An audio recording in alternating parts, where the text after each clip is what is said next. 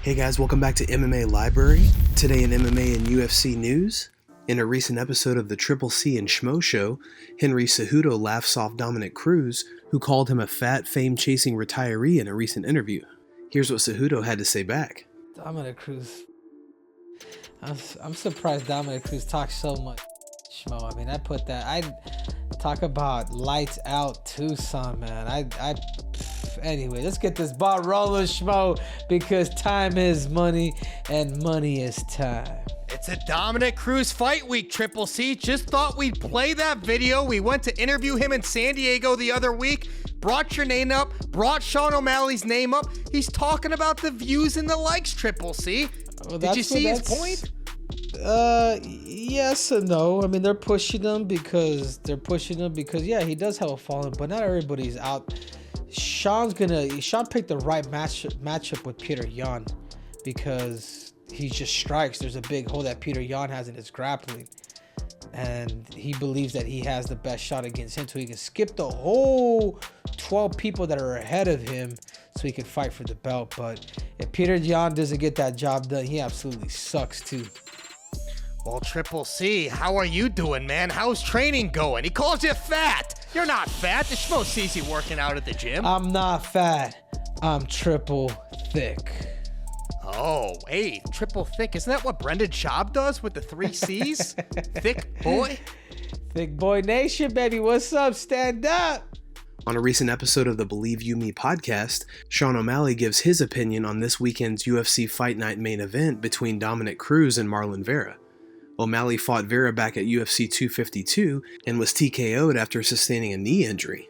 O'Malley had this to say. Cheeto, Vera, Dominick Cruz this weekend. What do you think? God, it's such an interesting fight. I picked Cheeto over Rob Font. I picked Cheeto over Frankie Edgar.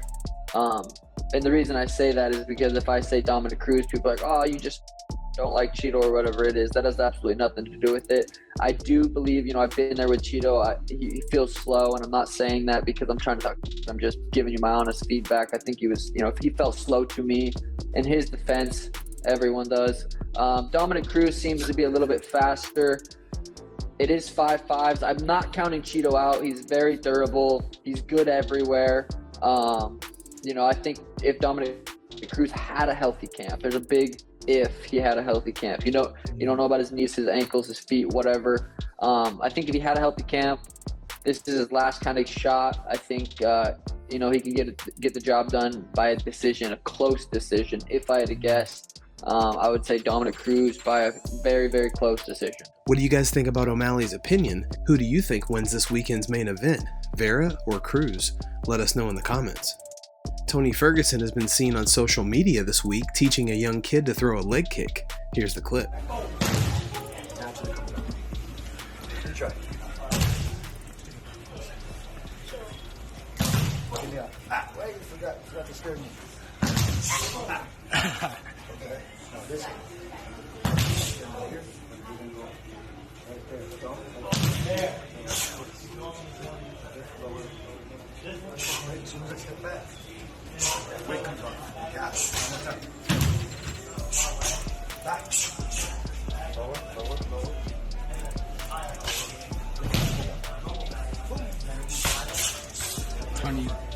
Tony's the man, yo.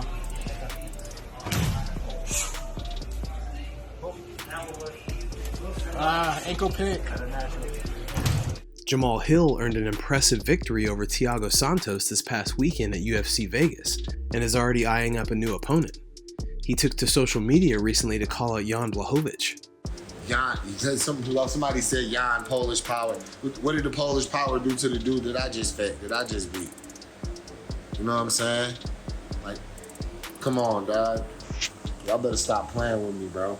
But here's the thing. I'm with that. I like that.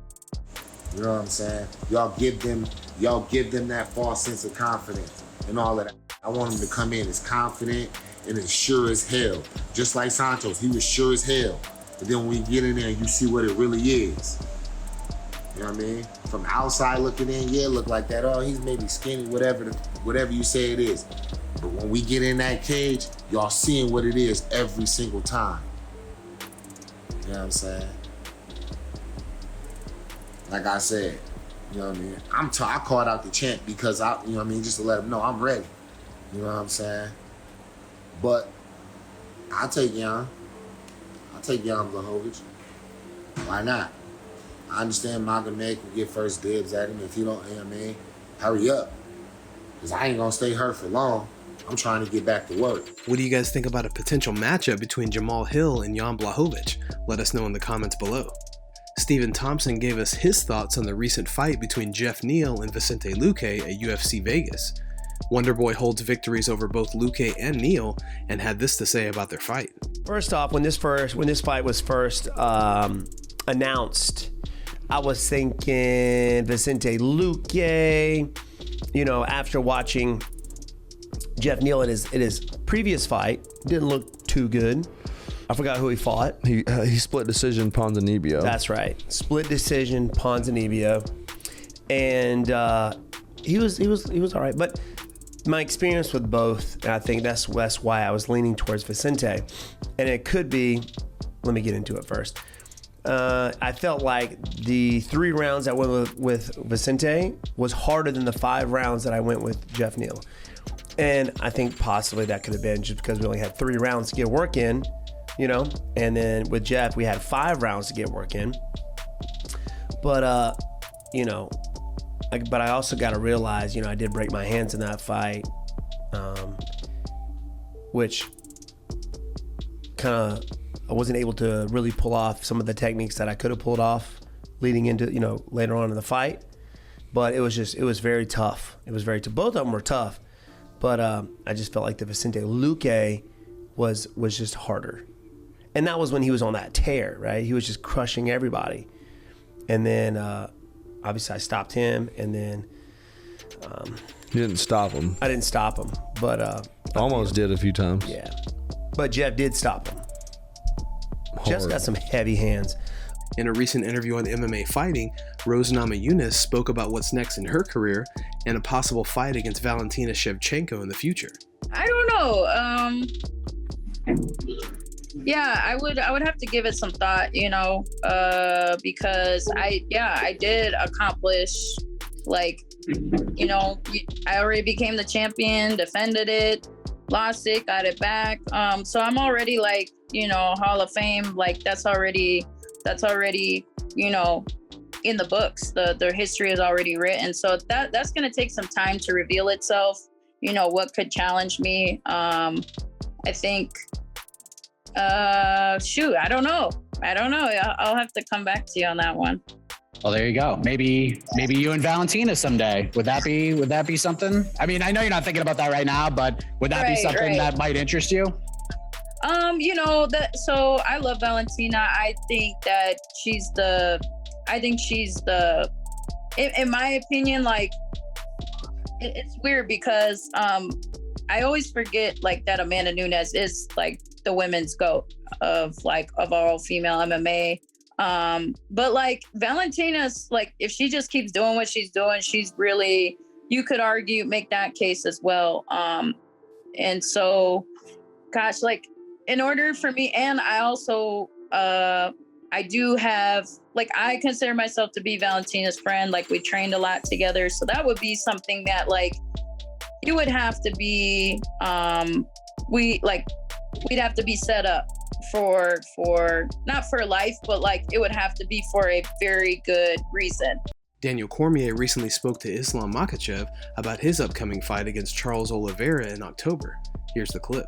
Charles is very good, you know, he have good win streak, he beat a lot of tough opponents, but, you know, for me this is embarrassing when UFC lightweight champion asks someone like Nate Diaz or Conor McGregor who win like 5 years ago. Nobody remember when these guys both, like, or Nate Diaz, Conor McGregor win some fight. He tried to call Diaz McGregor, but he forget my name. Now when they ask about me, he say he need money or something like this. But when he fight with Dustin or Justin Gaethje, he don't think about money. Now when he say he have to fight for this Islam, he always try to say, I want to fight in Brazil, I want to fight in end of this year, or I need some money. That's so why, you think he's making excuses? You think he's making excuses? Yeah. This is the guy embarrassing, scared of you? You think he's scared of you? Of course. He tried to like, he say Islam have to fight one more time or something like this. But UFC tell him, hey, if you not take this fight, we're gonna give some chance to Michael Chandler. That's why he take this fight, you know. Guys, thanks so much for checking out the video.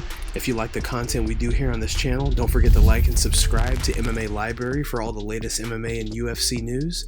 We'll see you in the next video.